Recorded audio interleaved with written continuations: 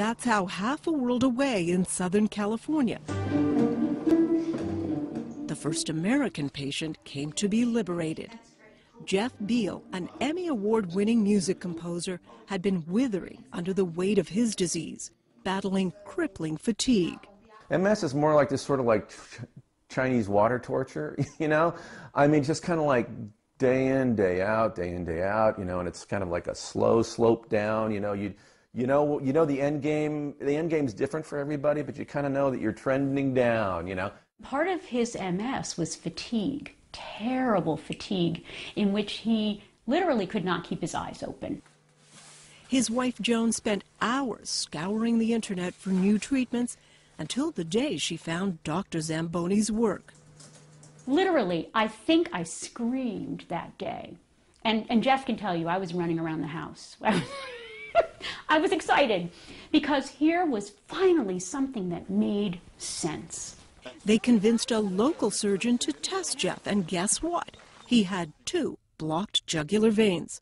And so Jeff became the first person to be treated outside of Italy. I remember during the procedure, they were sort of opening, when they were first opening up one of the jugular veins, I sort of felt like the lights went on, you know, in a way, you know, in a very dramatic way that I had not experienced really before. I said, this is interesting.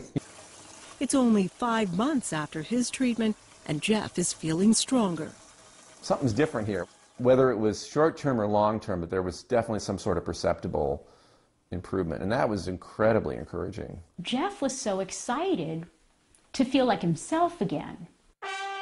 He would get through the day and he'd be, I'm awake. And suddenly he's playing trumpet duets with Henry, and he's helping Henry with his homework, and he's awake. And there's this presence in the house that hasn't been there for 2 years.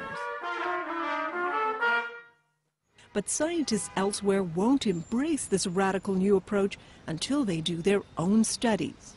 So researchers at the University of Buffalo actually invited Dr. Zamboni and a group of his liberated Italian patients to collaborate on the largest study of its kind. The Buffalo team, headed by Dr. Robert Zavadinov, is now looking for over 1,000 MS patients from the U.S. and from Canada to scan their necks with ultrasounds and MRIs to find the twisted veins that may be at the root of MS. The first step is prove that this is true and that it's more prevalent in MS patients than normal controls, which I can tell you immediately I believe it is. Okay. For Buffalo neurologist Bianca Weinstock-Gutman, it's urgent research. If this is proven correctly, it will be a very, very big discovery, because we'll completely change the way how we think about MS, how we'll put our treatment on it, and eventually we may see later on maybe other relation of these venous problems on other autoimmune disorders. But MS societies in Canada and the U.S. have issued cautious statements, saying there's insufficient evidence to suggest that this phenomenon is the cause of MS, and they discourage patients from getting tested or seeking treatment. But Dr. Zamboni insists his study results will eventually win over skeptics in the scientific world.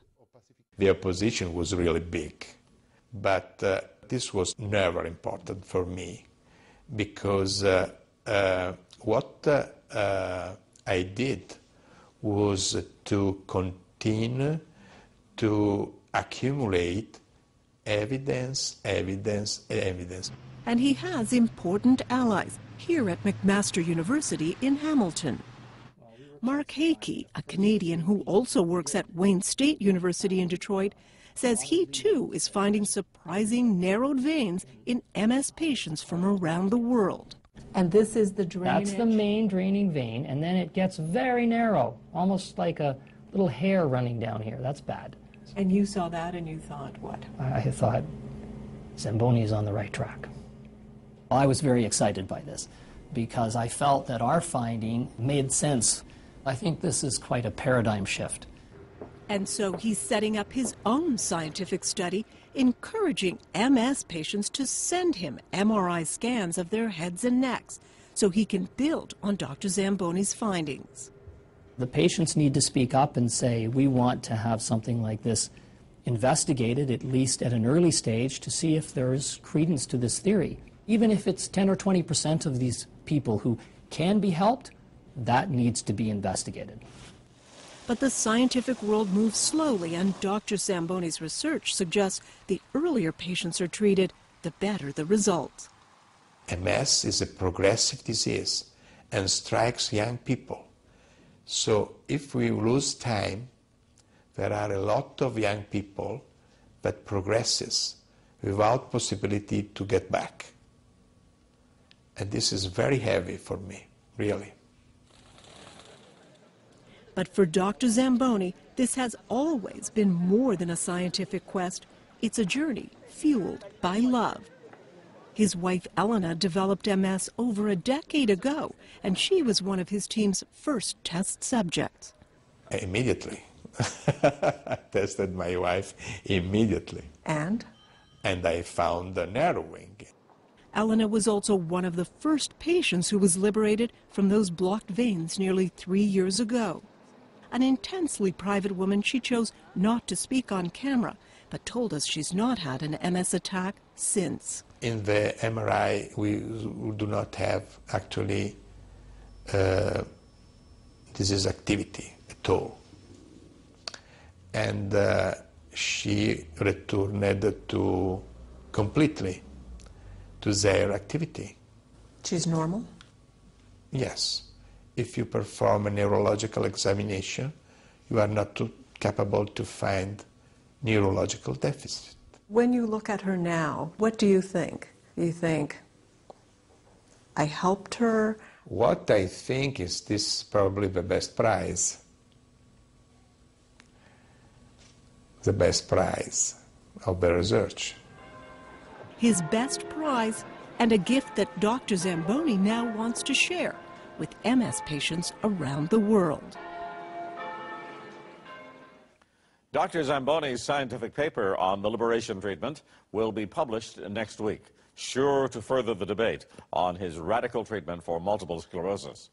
Now, if you want to learn more about this story, you can go to our website at w5.ctv.ca.